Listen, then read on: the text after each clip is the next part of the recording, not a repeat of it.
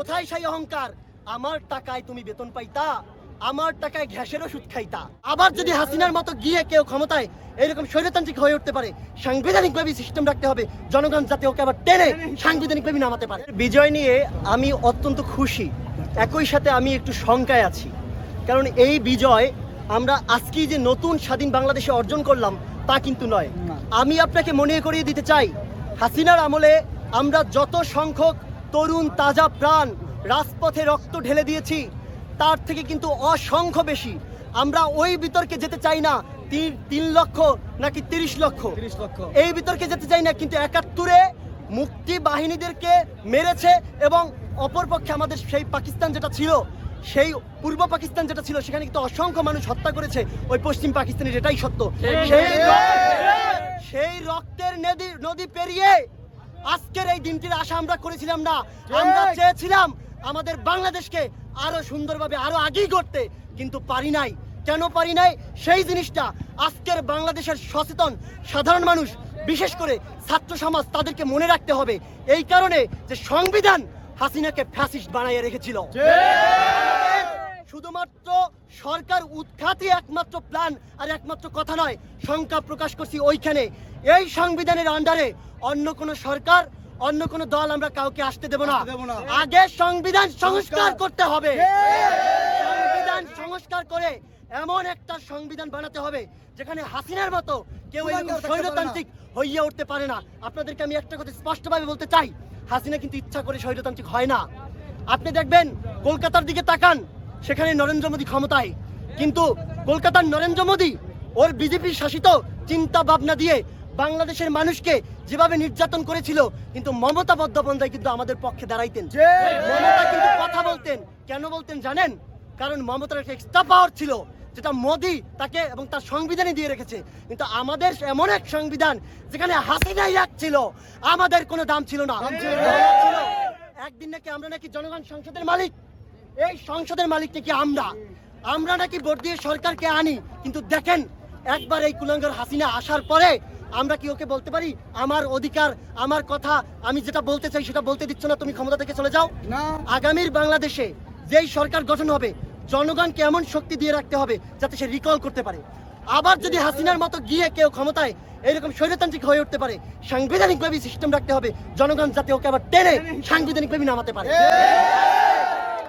আজকে হাসিনা ক্ষমতা থেকে চলে গেছে, কিছু আওয়ামী দালাল, শাহরিয়ার কবিরের মতো কুলাঙ্গার, এই সমস্ত বদমাইশ গুলো আমাদেরকে শিখাইতো হাসিনা ক্ষমতা থেকে নামবে কিভাবে।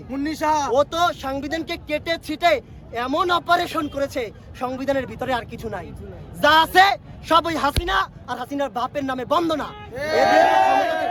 এ দিয়ে তো ক্ষমতা থেকে বের হওয়া যায় না। মানে আলাপটা এমন, আমার বাড়িতে কাঁঠাল গাছে কাঁঠাল চুরি করতে উঠেছে, চোর উঠেছে। সব যখন বাড়ির লোক সহ গিয়ে সেখানে ঘেরাও হলাম, কাঁঠাল গাছের নিচে চোর বলে, ভাই উঠেছি তো ভালো কথা, নামবো কিভাবে? তুই উঠছিলি কিভাবে? এটা কিন্তু আসলেই সত্য, নামার কোনো পথ নেই।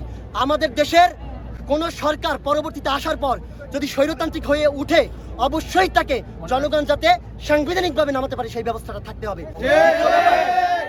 আরেকটি বিষয় আমি বলতে চাই, আমাদের আজকের এই নতুন স্বাধীন বাংলাদেশের সংকট, আজকে এই দেশ স্বাধীন করেছে কারা?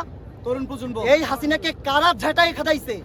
তরুণ প্রজন্ম। তো আমরা শোনেন, আমি বলি 2018 সালে আমরা বলেছিলাম এদেশে 4,82,00,000 যুবক আছে, এর মধ্যে প্রায় 1 কোটির মতো গ্রাজুয়েশন কমপ্লিট, তাদের চাকরি নাই।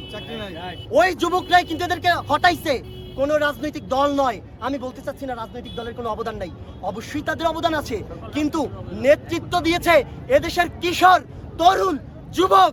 আমি আপনাদের ঐতিহাসিকভাবে এই ঘটনাকে কানেক্ট করাইতে চাই। এই যে আপনার আবু জাহেলের নাম আপনারা সবাই জানেন না? এই আবু জাহেলকে ঘ্যাচ খতম করে দিয়েছিল দুটো কিশোর। এই মাওলানা সব জানেন না আপনি? আজকে সেই ঘটনার পুনরাবৃত্তি হয়েছে।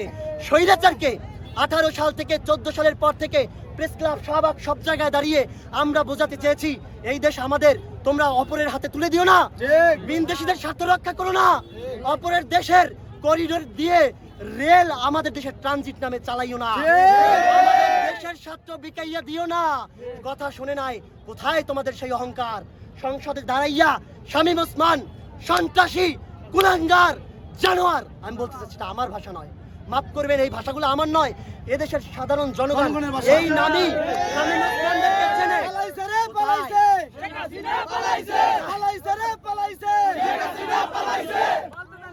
আমি বলতে চাই আজকে তাদের অহংকার কোথায়? কোথায় সেই অহংকার? আমার টাকায় তুমি বেতন পাইতা, আমার টাকায় ঘ্যাসের ওষুধ খাইতা, আমার টাকায় কি বলবো ইরেজার ব্যবহার কইরা দাড়ি চুল শেভ করতা। সেই আমার বিরুদ্ধে বন্দুক তাক, সেই আমি 1 টাকা দিয়ে যদি একটা চকলেট কিনি সেটা দিয়ে তোমরা ভ্যাট নিতা।